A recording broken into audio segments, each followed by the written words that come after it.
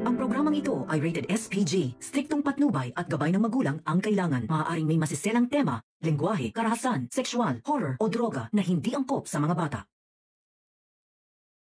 Attorney Lilet Matias, binaril ni Sally.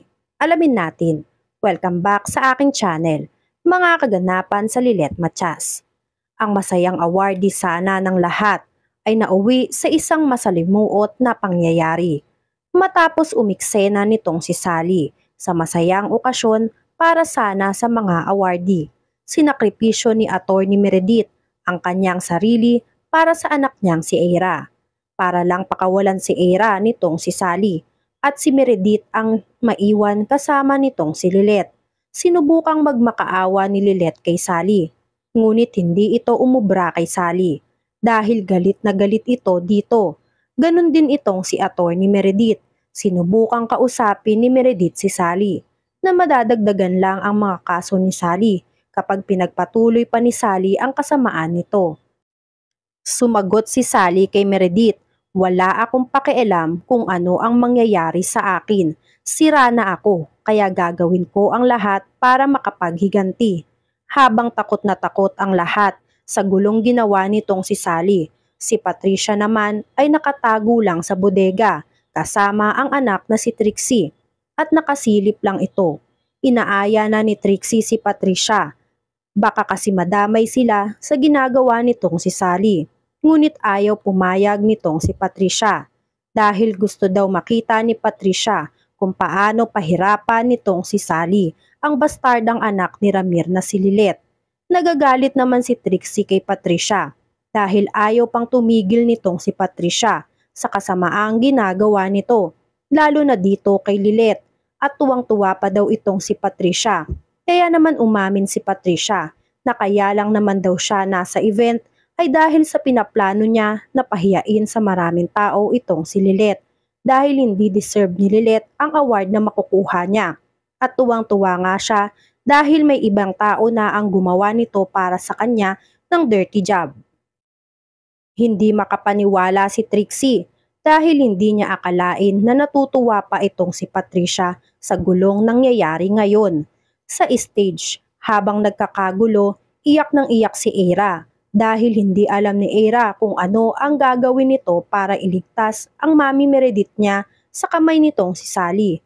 Pinalakad ni Sally si Lilet at si Meredith padaan sa likod ng stage dahil doon nakabaang lahat ng kasabwat nitong si Sally. Walang nagawa si Meredith at si Lilet kundi ang sumunod sa gustong mangyari nitong si Sally habang nakatutok ang baril kay Attorney Meredith at dito kay Lilet. Samantala, nagtago naman ang mag-inang Trixie at Patricia sa mga damit para hindi sila makita nitong sila Lilet dahil baka isipin ni Lilet at Meredith na kasabwat sila nitong si Sally. Kaya minabuti na lang nilang magtago. Paglabas nila Sally, lumabas na din ang mag-inang si Patricia at si Trixie. Biglang dumating si Bonnie at si Kurt kasama ang mga gwardya. Nagulat si Patricia sa pagdating ng dalawa. Tinanong naman ni Kurt kung saan nagpunta itong si Sally at saan dinala si Attorney Meredith at Attorney Lilet. Maling daan ang itinuro nitong si Patricia dito kay Bonnie at kay Kurt.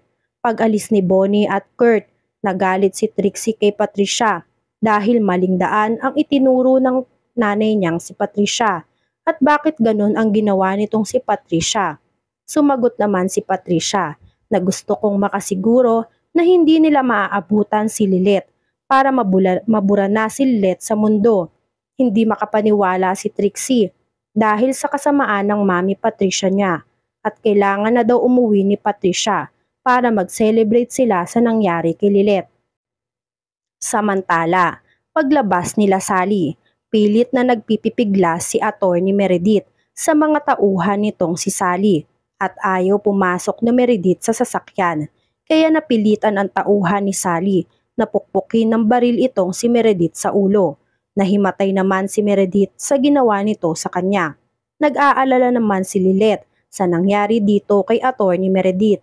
Nang paalis na ng sasakyan, itong sila Sally, biglang dumating sila Bonnie at Kurt kasama ang mga gwardya. Humarurot bigla ng sasakyan kung saan nakasakay itong sila Lilet. Pinaputukan naman sila Bonnie na nung nakamotor na nakabuntot sa likod ng sasakyan nila Sally. Kaya walang nagawa sila Bonnie at Kurt kundi ang magtago at ilagan ang bawat bala ng binabaril sa kanilang dalawa. Hindi naabutan ni Bonnie at Kurt si Lilet at itong si Meredith dahil wala silang kahit anong kagamitan para matugis ang mga ito. Pumasok na lang pabalik itong si Kurt at Bonnie sa loob dito sa event place. Samantala, hawak ni Sally si Atty. Meredith at ang ating bida na si Lilet Matias.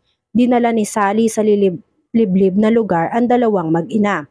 Nagmamakaawa si Lilet habang nasa biyahe sila. Ganun din itong si Atty. Meredith nang bigla itong nagising galing sa pagkakahimatay. Tinanong ni Lilet at Meredith si Sally kung ano ang gusto nitong mangyari sa kanila at kung ano ang gusto nito para pakawalan silang dalawa. Sumagot naman si Sally na malalaman nyo na lang kapag nasa lugar na tayo. At ikaw naman Meredith, hindi dapat ikaw ang nandito. Yung Eira Simon sana ang nandito. Pakialamera ka kasi masyado. Tumahimik si Meredith at si Lilet para hindi na sila saktan nitong si Sally. Samantala, nang makarating na sila sa lugar kung saan sila itatago nitong si Sally, nagpupumiglas pa din si Lilet at si Meredith. Panay tanong ng dalawa kung saan sila dinala nitong si Sally. Nagagalit naman si Sally dahil sa kakulitan ng dalawa at panay tanong ito sa kanya. Naririndi na si Sally sa dalawa. Pagdating nila sa lugar, tinawagan ni Sally si Eira para makausap niya ito tungkol sa kondisyon na gagawin ni Sally sa dalawang hostage niya na si Lilet at Meredith. Samantala, nag-aantay sila Eira sa tawag nitong si Sally sa kanila dahil malamang daw ay tatawag ito sa kanila para kausapin sila. Hindi nga sila nagkamali at biglang nagring ang cellphone nitong si Eira. Nataranta ang lahat nang marinig nila ang boses nitong si Sally. Hinihinga ni Sally ang pamilya ni Lilet at itong si Meredith ng tag-2 milyon bawat ulo kapalit ng pagkakapapakawala nito kay Lilet at Meredith. Gulat na gulat naman sila Eira at itong si Ces sa laki ng halaga na hinihingi nitong si Sally sa kanila. At dahil alam ni Sally na wala pang kakayahan ang pamilya ni Lilet para tubusin itong si Lilet, ay tinakot ni Sally si Lilet at tinutukan muli ng baril. Sabay pinaputukan nito ni Sally. Gulat naman ang itsura nitong si Meredith sa ginawa nitong si Sally. Tinuluyan kaya ni Meredith ang ating bida na si Lilet Matias? Yan nga ang mga kaganapan at mga dapat nating abangan dito sa Lilet Matias. Kung gusto nyo pa ng mga gantong klaseng video ay mag-subscribe at i-like itong video na to. Maraming salamat po.